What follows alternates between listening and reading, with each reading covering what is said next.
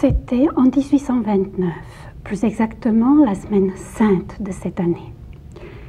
Dans la salle recueillie, comble de la Singakademie à Berlin, un concert.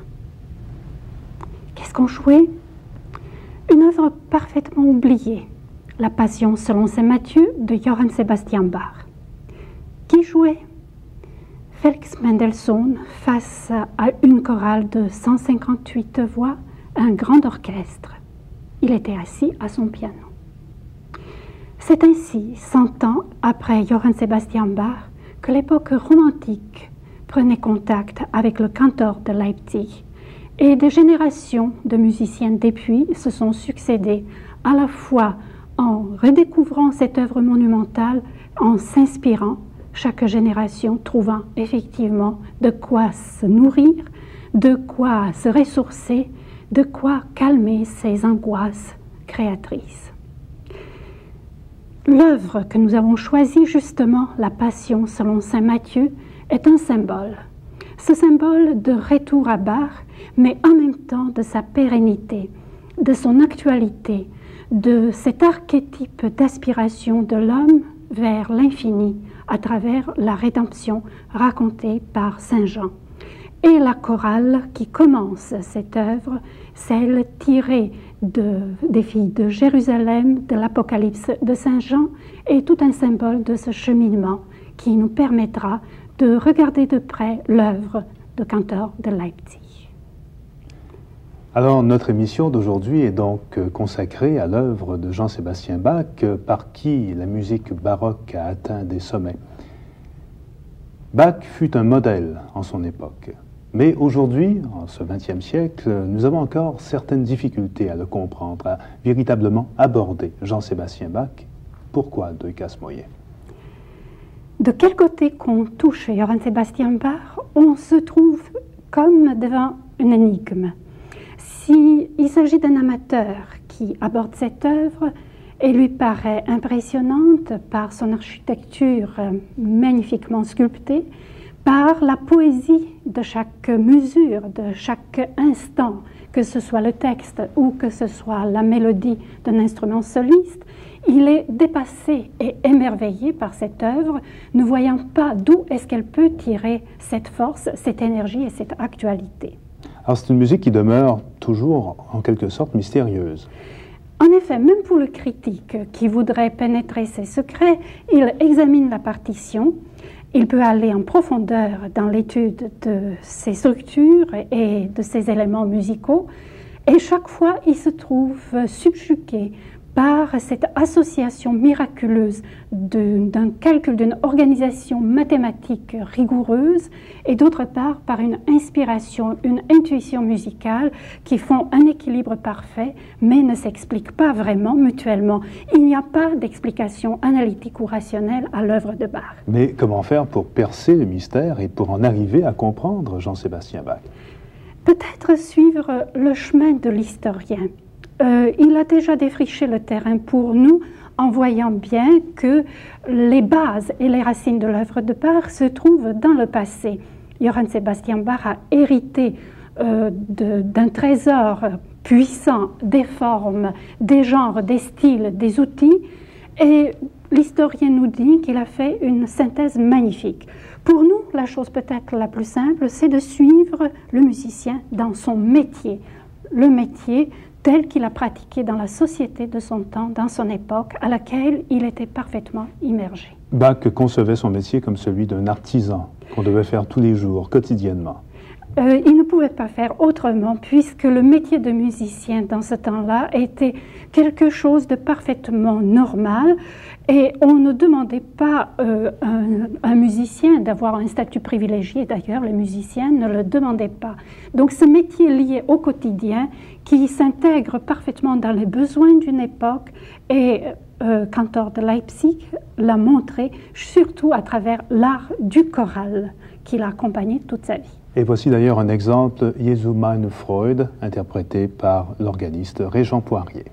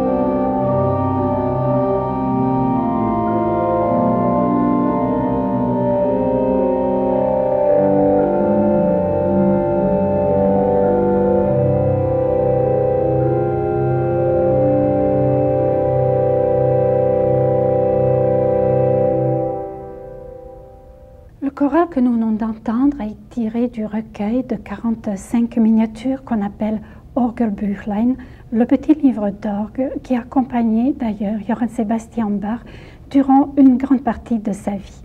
Cela faisait un fragment d'une œuvre qui aurait dû être monumentale, mais qui n'a jamais été achevée. Un peu le symbole, on peut dire, de l'immersion de Johann Sebastian Bach dans la spiritualité de sa patrie, de la société luthérienne où il a vécu et qui, pour lui, effectivement, a un lien aussi avec le quotidien. Bien sûr, toute sa vie, Johann Sebastian Bach a été organiste. Et dans ce sens, le traitement de cet instrument était extrêmement important, à travers lequel, à vrai dire, nous pourrions aussi suivre son cheminement, à la fois d'artisan, de musicien, de compositeur. Et la découverte s'est faite progressivement de façon qui nous montre la relation de Johann Sebastian Bach avec ses prédécesseurs. Et pour bien arriver à comprendre Jean-Sébastien Bach, je pense qu'il est important d'évoquer son métier de musicien tel que pratiqué en Allemagne protestante. Il est très important, c'est tout à fait juste, de saisir que Johann Sebastian Bach a pratiqué son métier de compositeur et d'organiste dans le quotidien, au service de la société, mais d'abord, bien sûr, au service de Dieu. Sa devise a été Soli Deo Gloria, et ce n'était pas une phrase vide de sens. Donc le choral est le lien direct avec sa foi, sa croyance et avec ce métier de musicien auquel je me réfère constamment, qui est peut-être notre fil conducteur dans le cheminement que Johann Sebastian Bach a suivi. Pour une fois, la biographie d'un musicien peut nous apprendre beaucoup de choses sur son œuvre. Si d'habitude je suis très réticente de raconter l'histoire de la vie de musicien, cette fois-ci, je pense qu'il peut nous servir de point de repère pour la bonne raison que les exigences de son métier, et il était musicien nomade dans sa jeunesse, donc ces exigences de métier ont conditionné sa création. À vrai dire, il s'est adapté parfaitement bien au milieu différent où il s'est trouvé immergé, aux possibilités qui lui étaient offertes et aux instruments qui étaient à sa disposition, commençant par l'orgue lui-même. A-t-il été à l'écoute des différentes écoles de son époque? Très attentif à tout ce qui se passait autour de lui. Il n'a pas beaucoup voyagé, il n'était pas un cosmopolite, mais il avait entre les mains de nombreuses partitions de ses contemporains, et lorsque les circonstances se présentaient, il n'hésitait pas même à faire des pèlerinages. Jeune homme, il est allé faire ce pèlerinage à pied à Lübeck pour visiter Buxtehude, un des grands maîtres pour lequel il avait beaucoup d'admiration, justement de cette école d'orgue dans l'Allemagne du Nord, qui signifie le point de départ du grand art d'organiste de Johann Sebastian Bach. Avec cette sonorité somptueuse, l'improvisation aussi. L'art de l'improvisation, de l'exploitation de tous les registres, de la puissance sonore, du pédalier, de la virtuosité, tout y est. Je pense qu'en point de repère, ce serait tout à fait intéressant d'entendre Buxtehude pour voir le lien qui s'établit entre l'art de Buxtehude. Alors voici le prélude dans la mineur. Allen Belken est à l'orgue.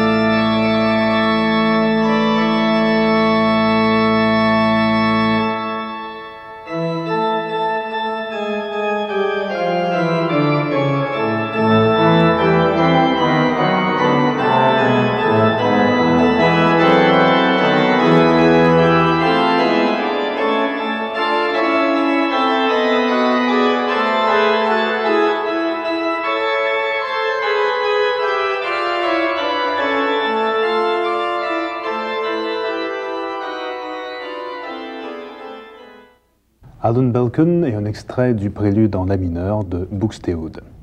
Donc, étant à l'écoute de son siècle, Jean-Sébastien Bach est aussi, en quelque sorte, celui qui réussit à faire la synthèse de tous les styles de son époque. En effet, pour commencer par toutes les explorations que font ses compatriotes, et je pense ici dans le choral, l'art de Buxtehude, et dans l'art de la fugue, du prélude et de la fugue, ici, l'Allemagne du Nord, c'est évident. Justement, j'attire votre attention à l'œuvre que nous venons d'entendre, cet art du contraste par, on pourrait dire, par des grandes masses sonores dans lesquelles la couleur et l'intensité sont les éléments dynamiques essentiels, caractéristiques d'ailleurs pour le style baroque. L'exubérance, l'imagination, la fantaisie, éléments d'improvisation, il y a beaucoup d'idées qui fourmillent là-dedans. Cependant, pour l'instant, nous ne sommes pas encore devant des formes cohérentes. C'est justement un des traits caractéristiques de la première époque de Johann Sebastian Bach, organiste, cet élément d'improvisation, parce que beaucoup trop d'idées musicales se bousculent et la structure, la forme comme telle n'est pas encore cristallisée. Mais ça ne repose pas sur une architecture puissante? Oui, c'est une architecture puissante, mais elle manque encore de cohérence parfaite. Et justement pour faire une comparaison, j'avais envie de vous proposer immédiatement après Buxtehude la célèbre fugue de la Toccate Fugue, peut-être l'œuvre la plus connue dans le répertoire d'orgue de Johann Sebastian Bach, dans lequel tous les éléments stylistiques trouvés chez Buxtehude sont repris, retravaillés avec une imagination débordante. Ce que je vous propose ici, c'est la finale, la stretta de la fugue, virtuosité au pédalier, beaucoup d'idées d'improvisation qui se trouvent à l'intérieur, un silence dramatique juste avant la cadence finale et la cadence finale plagale. Voilà ce que vous allez entendre. Et nous retrouvons Régent Poirier à l'orgue.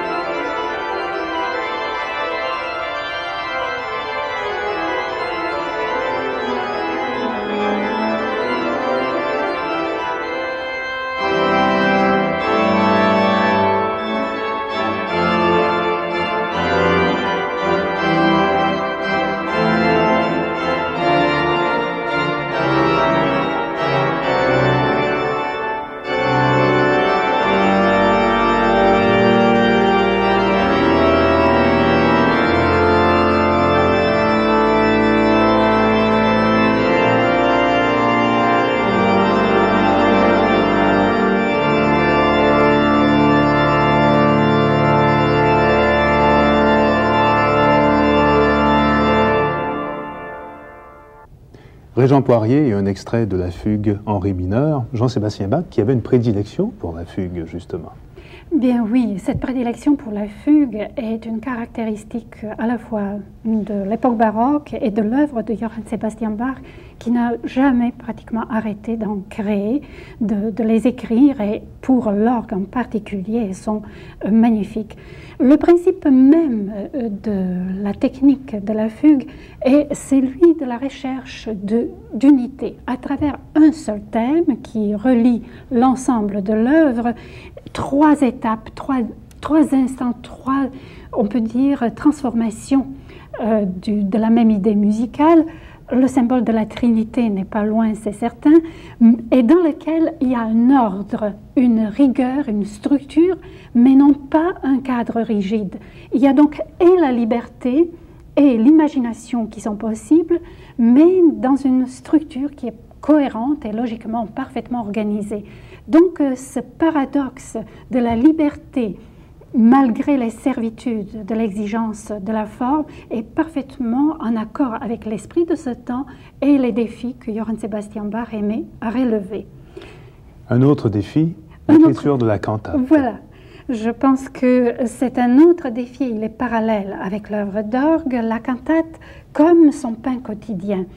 Étant donné qu'il était au service des autorités ecclésiastiques, les églises ou les cités qui l'ont engagé attendaient de leurs cantors, de leurs musiciens, la contribution active toutes les semaines pour les services du dimanche.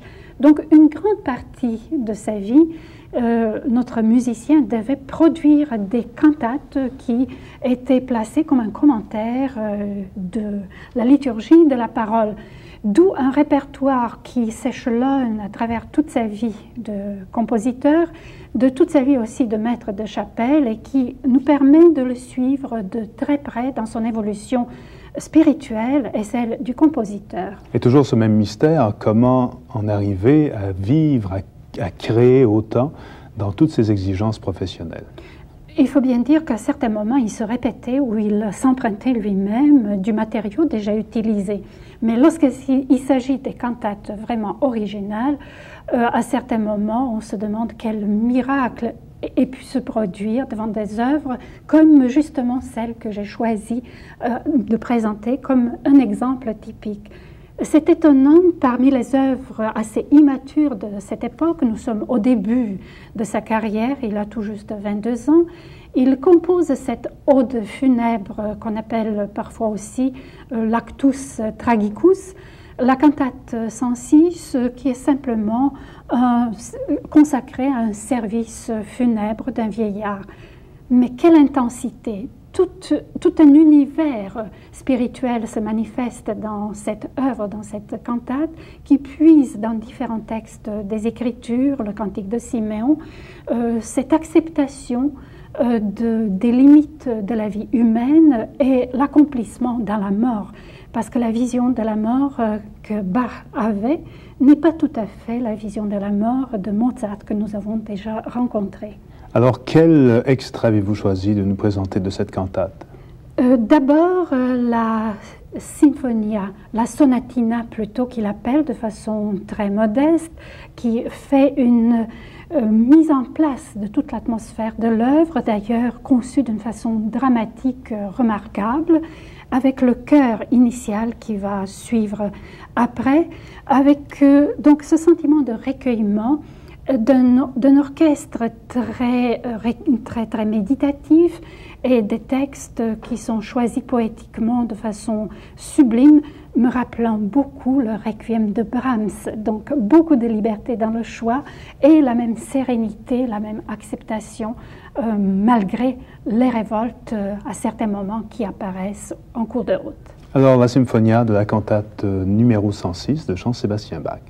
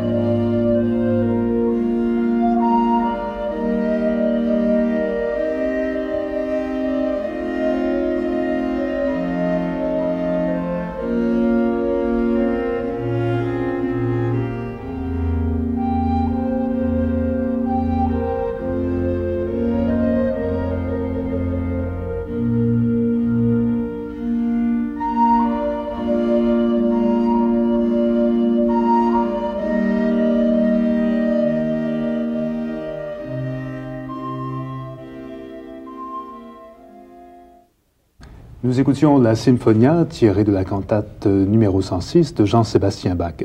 Cette cantate commence par une méditation sur un texte biblique, Gottes Zeit, c'est-à-dire le temps de Dieu est le temps le meilleur pour mourir. Nous en écoutons un extrait.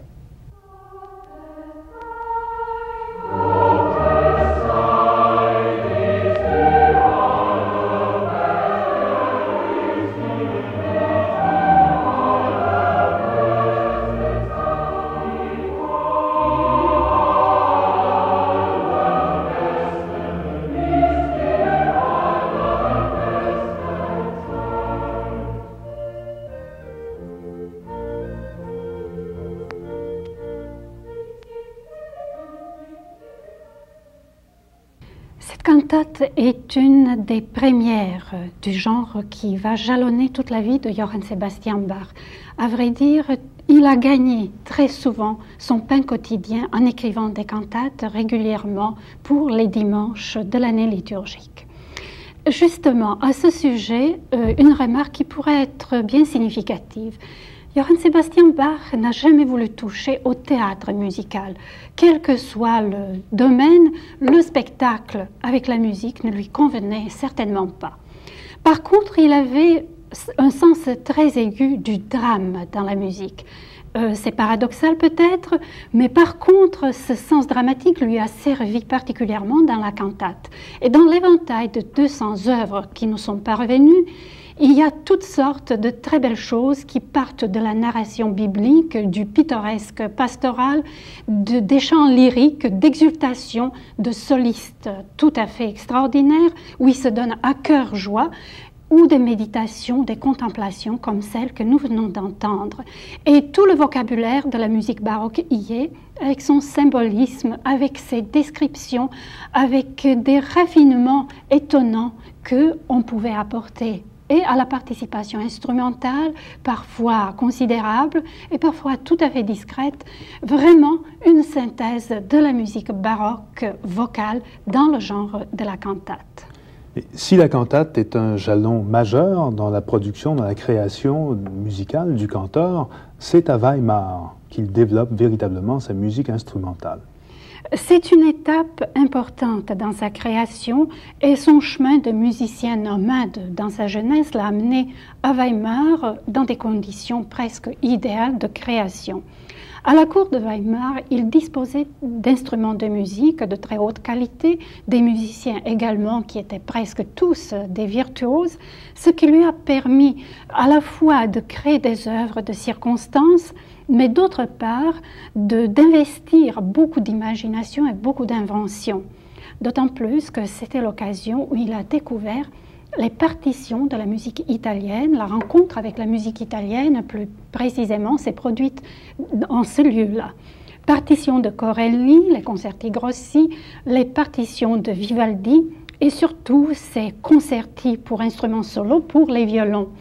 Il les a copiés littéralement pour saisir le secret de la forme italienne et c'était là où il a pris la leçon des formes italiennes transparentes et très claires.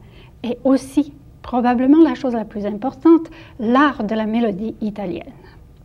Et justement, aujourd'hui, vous voulez nous proposer une sorte de montage sonore qui illustre bien cette expérience qu'effectuait Jean-Sébastien Bach à la lumière des œuvres de Vivaldi, par exemple.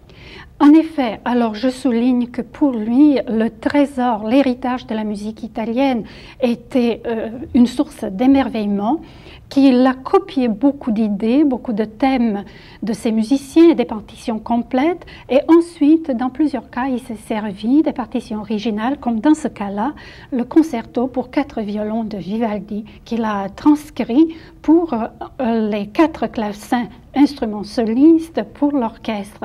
Donc, émerveillement et habileté à transposer un langage pour instruments monodiques, pour ensuite les donner aux instruments polyphoniques avec une mélodie qui chante à la manière du bel canto italien.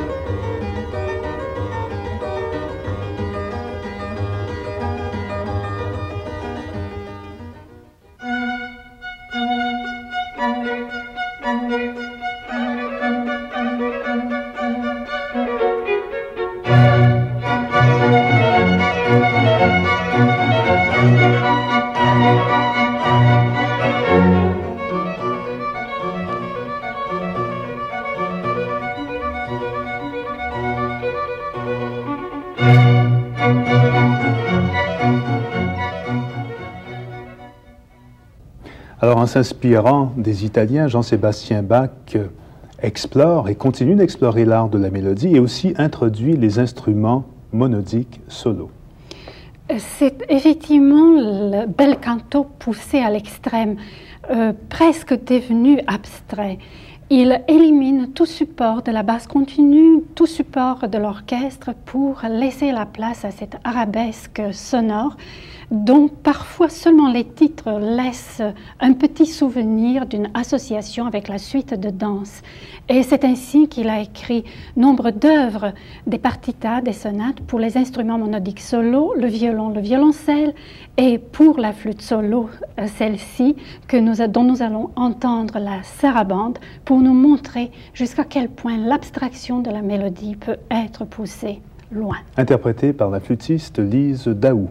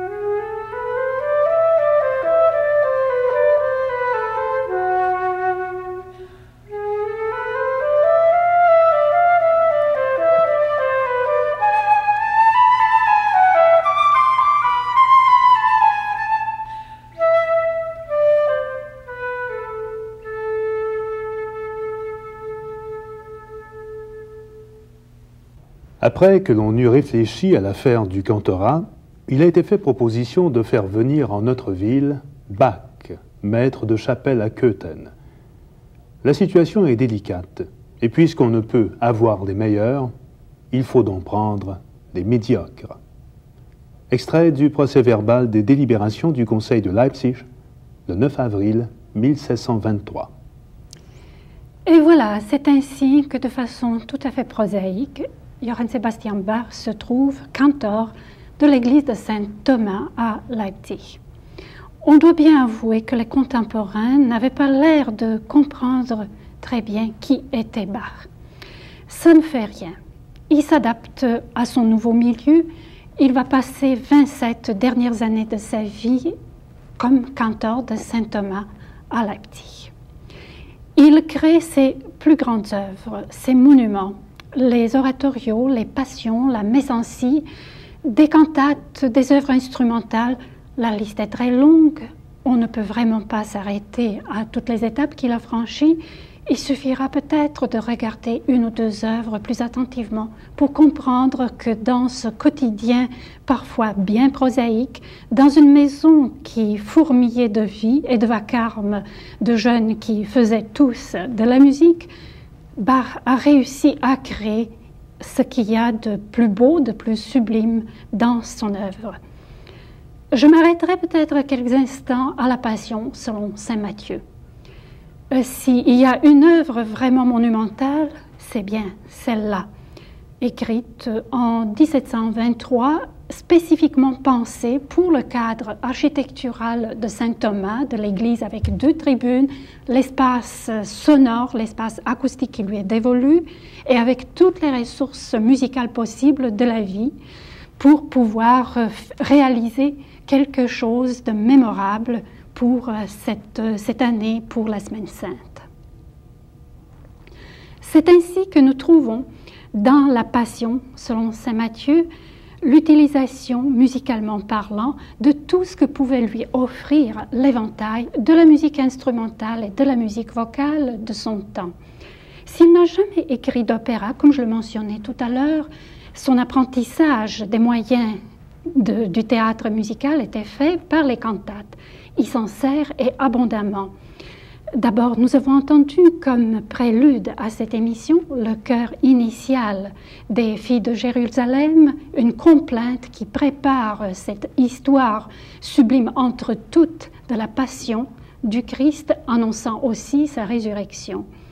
Dans ce sens, l'intégration des chœurs. Il y a 2 chœurs, il y aura 2 orchestres pour établir un dialogue, une antiphonie, et on peut dire une stéréophonie dans l'église même de Saint-Thomas, qui situe à des niveaux dramatiques différents l'intervention des personnages, des solistes principaux, de la foule et de l'orchestre. Chacun des éléments se servant donc de façon magistrale de ses moyens expressifs pour apporter à la Passion la totalité d'intensité sonore et dramatique. Et pour la Passion, Jean-Sébastien Bach emprunte certains procédés vocaux à l'opéra. En effet, alors il s'agit des récitatifs qui sont très importants, notamment dévolus au narrateur qui présente comme témoin les événements qui se succèdent, une très très vieille tradition tirée des passions médiévales. Donc le récitatif complété par les ariosi, des moments qui ne sont pas vraiment formellement fermés, arrondis, mais le passage entre le récitatif et l'aria. Et bien sûr, aria da capo, dans le style italien le plus pur, c'est là où nous voyons qu'il a bien appris sa leçon italienne. Ce sont des moments de méditation et il y a des aria da capo qui sont des instants de sublime méditation dans la Passion. Il faudra ajouter aussi l'orchestre qui est pittoresque à certains moments, très dramatique et apporte le support au personnage du drame, au personnage de la Passion, de façon également très semblable à ce que l'opéra italien faisait.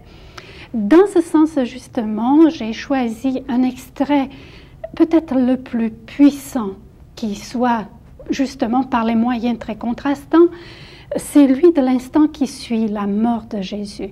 L'instant qui commence par une scène de terreur, de tonnerre, des éclairs qui sont peints dans l'orchestre, d'abord par les trémolis dans l'orgue, par le chromatisme ascendant ou descendant, déchirement de la voile du temple, les tombeaux qui s'ouvrent, vraiment la terreur d'espèce la plus terrifiante qui soit décrite dans l'ensemble orchestral et chantée.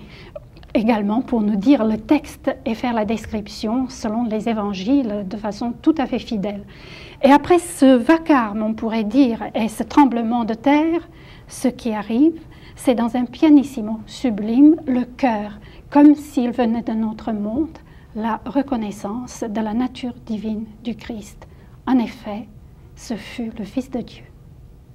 Und siehe da, der Vorhang im Tempel zerriss in 2 Stück, von oben an bis unten aus. Und die Erde erbebete, und die Felsen zerrissen, und die Gräber taten sich auf und stunden auf ihr Leibe.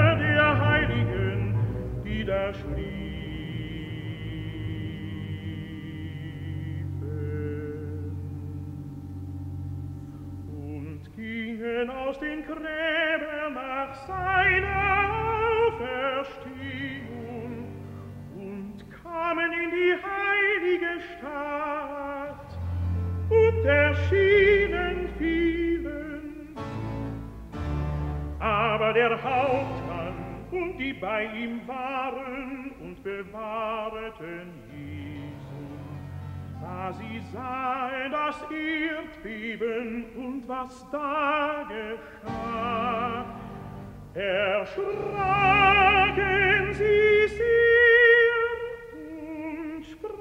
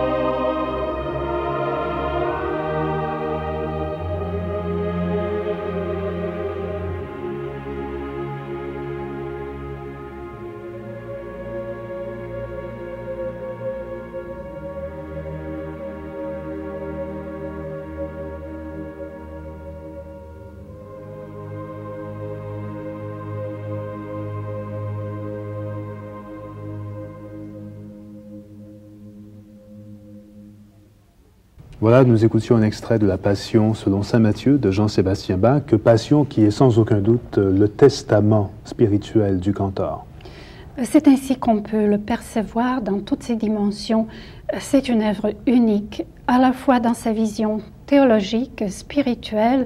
Je n'ose pas prononcer le mot mystique, mais nous sommes au bord de cette vision profondément chrétienne que Johann Sebastian Bach avait des évangiles et du message chrétien qu'il nous a livré. Peut-on parler ici de musique du silence? Peut-être pas à propos de la Passion selon saint Matthieu, pas encore, mais nous sommes sur le chemin. Il faut bien voir l'intensité qui a été donnée à la matière sonore, même de la Passion selon saint Matthieu. Je rappelle très brièvement les deux orchestres, les deux chœurs, même un troisième qui, dans la partie d'introduction, se joint aux deux chœurs existants. Disons, la masse sonore est très importante. Cependant, le cheminement de l'œuvre de Bach est d'aller de plus en plus vers une abstraction sonore. Un dépouillement. Un dépouillement de la matière sonore comme telle. La musique existant comme un trop-plein du silence. Et ce n'est pas au moment de la maturité, mais peut-être vers la fin de sa vie, que nous constatons de plus en plus cette entrée dans l'abstraction de la matière sonore. Et ce n'est pas tout à fait sans raison que les 5 dernières de sa vie sont consacrées aux œuvres qui n'indiquent pas vraiment la destination instrumentale à laquelle il aurait pu penser. Je pense à l'offrande musicale et à l'art de la fugue, où le comble du métier de polyphoniste est présent. Nous le voyons à chaque mesure, c'est de la virtuosité de très haute envolée, comme s'il connaissait, et probablement il a connu de très près, la polyphonie des franco-flamands du XVe siècle, mais maintenant placé dans un contexte du langage musical de son temps. Donc l'art du contrepoint dans l'art de la fugue, qui reste un témoin inachevé de ce qu'il aurait voulu faire, n'empêche que c'est vraiment l'arabesque dans son état le plus pur. Il va jusqu'aux dernières conséquences du cheminement qu'il avait entrepris. C'est pourtant un choral que vous avez choisi de nous faire entendre maintenant. En quelque sorte un symbole. Son fils, Carl Philipp Emanuel, a recueilli les dernières partitions de son père, dont l'art de la fugue. Et il lui manquait les derniers contrepoints dans l'art de la fugue. Donc Carl Philipp Emanuel a indiqué, c'est là où s'achève l'œuvre de mon père. Cependant, selon la tradition qui nous est racontée, à son lit de mort, Johann Sebastian Bach a dicté un dernier choral, et c'est ce choral que Carl Philipp a intégré comme un genre de coda, de postlude, de message ultime pour toute son œuvre, et qui porte justement ce titre magnifique et serein: Devant ton trône, me voici, Seigneur.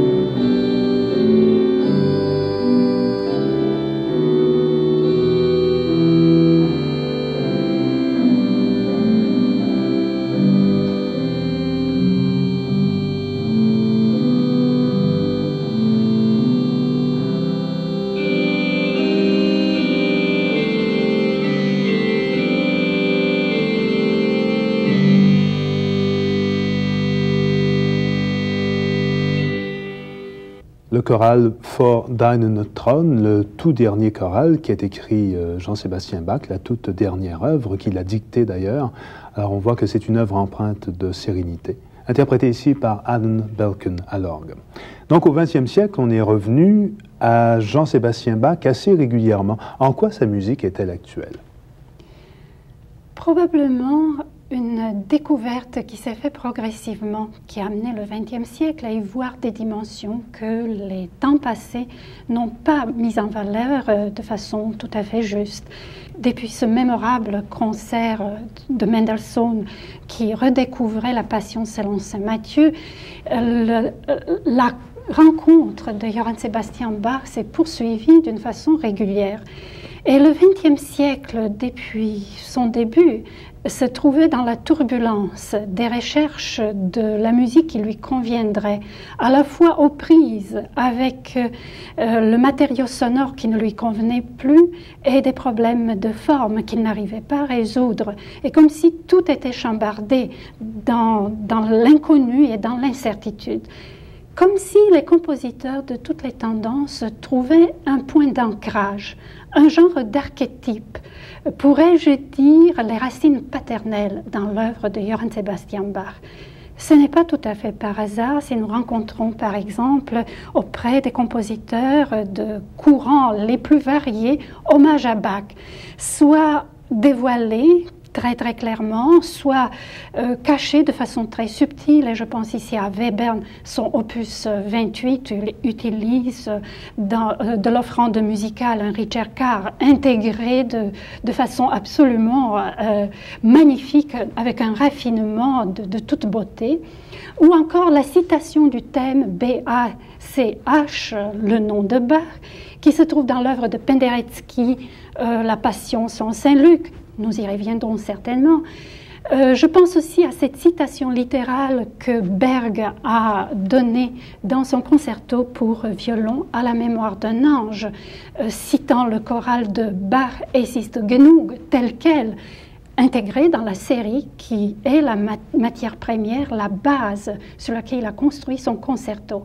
Donc, le retrouvaille avec un archétype, retrouvaille nostalgique avec une musique où tout est stabilité, sérénité, certitude qui manque au XXe siècle. Et vous avez justement voulu juxtaposer le concerto de Berg au choral de Jean-Sébastien Bach. C'est bien ça.